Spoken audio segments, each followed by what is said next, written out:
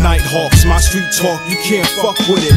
Mail bombs get signed, sealed, delivered in the wives' tale. Entrails leave the carpet stained, fangs, my brain hangs crooked when I kick it. I make you feel righteous and a little bit wicked with a Newport dipped in a noxious substance. Vamps my clip, we pass tramps like they currency, then flee the crime scene before it's sworn by authority. What is up, Blood guys? sucking Welcome to faggot another baddie. I episode hawk of the night daddy. You Must I Know. push the steak. Today we're taking a look at a fragrance from the house of Tom Ford. This is a house that recently I've had a bit of a problem with. You know, I don't want to discuss religion or politics on this show. I'm agnostic, but if I had to bet money, I'd say there's something bigger overseeing, something or someone bigger overseeing everything, and who or what that is beats the heck out of me. I was raised Roman Catholic, went to Jesuit high school, so I have affinity and respect for that religion, more specifically the ritual of Catholicism.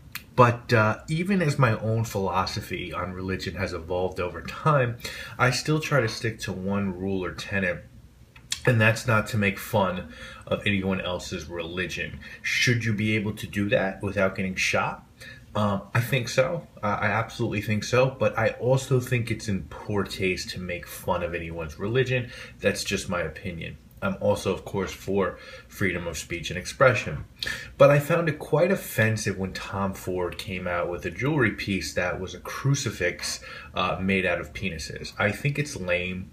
I don't think Tom Ford would have the balls to make fun of Islam in that manner.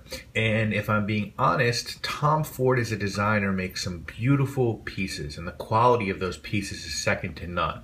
But he's not a deity. And everything he has done in fashion has been ripped off from what Italians have been doing for hundreds of years before him. And he makes most of his clothing in Italy, and it is made by Italians, a country mainly made up of Catholics. So I really think he's got some balls on him to have made that, and it did offend me. I'm going to review his fragrance and fragrances objectively because I can't separate the two. And let me start the review by saying this. I reviewed Oud Wood, which I own and find to be fantastic. Black Orchid is my second favorite designer fragrance of all time. Other than that, for me, there's not a lot within this house that I find to be bottle-worthy, mainly because I think there are options in the lineup that have cheaper counterparts. Noir de Noir has Rouge Avignon, Tuscan Leather has Black Saffron and La Yucca Tobacco Vanille has Tobacco 1812 and Tobacco Rouge. And so for me, the private blend line isn't that exciting. I think Amber Absolute is a fantastic fragrance. Neroli Portofino, look, every niche collector is usually going to have at least one really high-end citrus, whether that's 1861 or Neroli Extrait or Neroli Sauvage or Acqua di Cima. If you wanted yours to be Neroli Portofino, that's a perfectly logical decision, and I couldn't argue with it. But I don't love that fragrance for the price, and I also don't like the two new additions to the blue line, Mandarolo di Amalfi and Costa Azores. So there's really nothing left from this house for me from the private blends. From the designer releases, yes, I plan on buying the Parfum of Noir. I plan on buying Tom Ford for Men and Tom Ford Extreme, and I plan on buying Sahara Noir. So I think their regular releases are outstanding. On the private blend side, for me, it's about Oud Wood, Amber Absolute if I could find it at the right price, and this guy here, Plum Japonais. Now, if you want some backstory on the Ford brand, please check out the video that I did last year on Oud Wood. And this one I first encountered during an episode of Sample Shopping. Adriana from Decan Shop sent me a sample of this fragrance, and I really enjoyed it.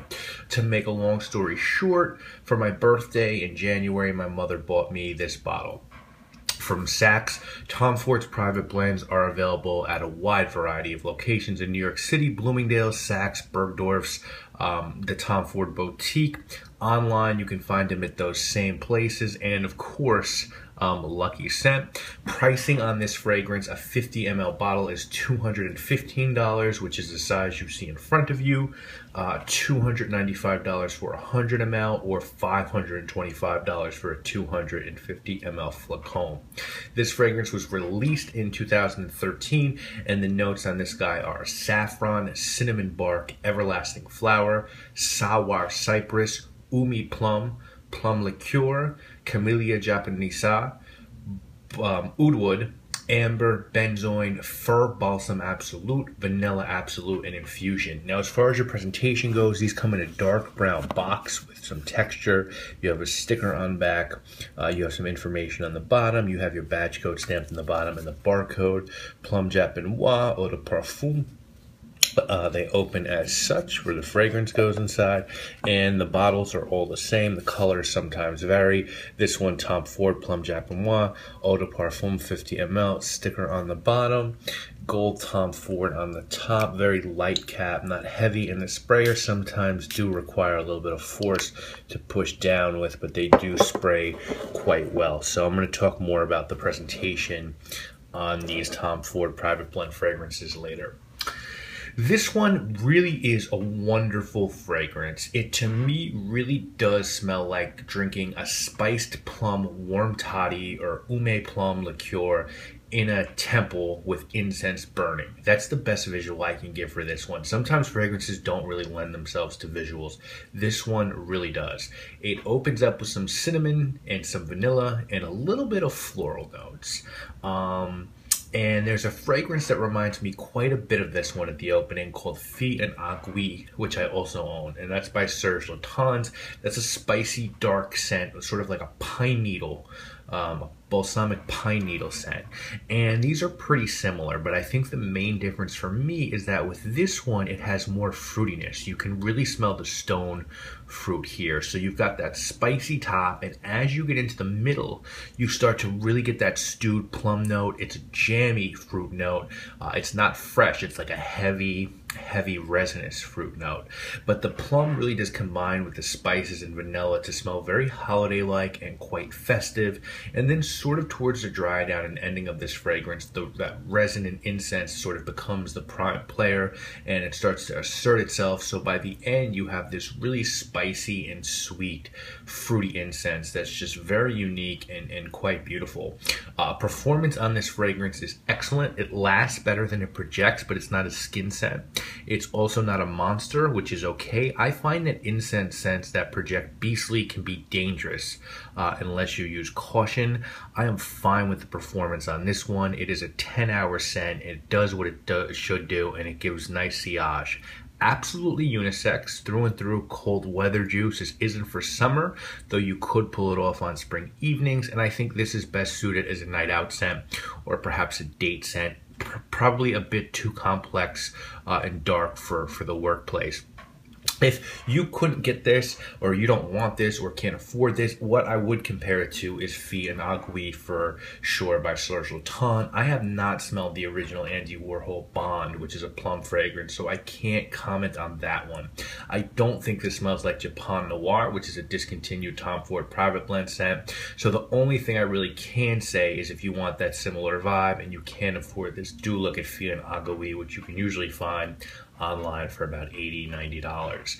If you're just looking for the same sort of vibe of this fragrance in terms of dark and spicy, and this is too expensive, you can check out fragrances like Eau de Bao by L'Occitane or Spice Bomb by Victor and Rolf. Both of those are similar in what they accomplish. This is of a higher quality and is a bit more refined than the two that I just mentioned. If someone was trying to convince you to buy this, I think they'd say that this is a really good Tom Ford private blend scent. It's quite unique with the plum thrown in. It's very beautiful and a beautiful concept, and Tom Ford products do reek of quality and craftsmanship.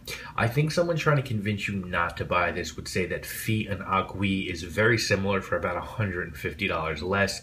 They might also say that this is like, you got to try this one because it's very dark and spicy, and that could turn some people off. And then I think they'd also say that there are just incense out there, good incense scents out there for less money.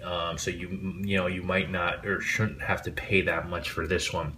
I love this one, I really do, and I'm gonna give it a 7.5 out of 10. The point deductions come for a couple of reasons. I can't really give this points on originality because it does smell so similar to the Christopher Sheldrake Serge Lutens scent. Secondly, I do not like the Tom Ford presentation at all. I think for these fragrances, these designer fragrances that have private blend lines, Prada, Zegna, Chanel, Dior, Hermes, they all do a better job than Tom Ford in presentation. You know, these aren't beautiful and luxurious bottles or boxes, and that is what I associate Tom Ford with, luxury. And so I think there's a disconnect here. I also find these prices to be too expensive. With Hermes Private Blend or Hermescence, you get 100 ml for $245. Dior, you get 120 ml for $190. The Zegna Essenza line, 120 ml for $195. Here you've got 50 ml for $215. And that's a lot for fragrances that are really good but not masterpieces. And I think it makes sense, like Tobacco Vanille and Tuscan Leather, prohibitive, and it makes them susceptible to a copycat market. If these were priced at 100 ml for $190, you wouldn't see as many copycats from other niche houses. At least I don't think you would. With that said, this is an excellent scent. And when Tom Ford sort of does a fragrance that I enjoy, I usually wind up loving it. Like Oud Wood and Black Orchid. I don't love all of them, but I respect what Ford has done for fragrance by bringing Oud to the West with M7. Well, he was at Yves Saint Laurent and having this luxurious private line for upscale consumers. So I do respect that, and I think this is a great scent for the holiday times, and this is a great scent especially for someone who has a well-rounded collection and is looking to add in a few specialty scents to that collection. So that's my thoughts on this one, guys. I hope you have enjoyed my review of this one, and we'll be back next week, of course. Castlevania shut down, got no chance. Snipers on the roof, come and fly with me. Default to the concrete for trying to die with me. Look, don't fight the sun, you lose to the gun. You can't go home, we blew up where you're from. Do not return or you'll go like your whore.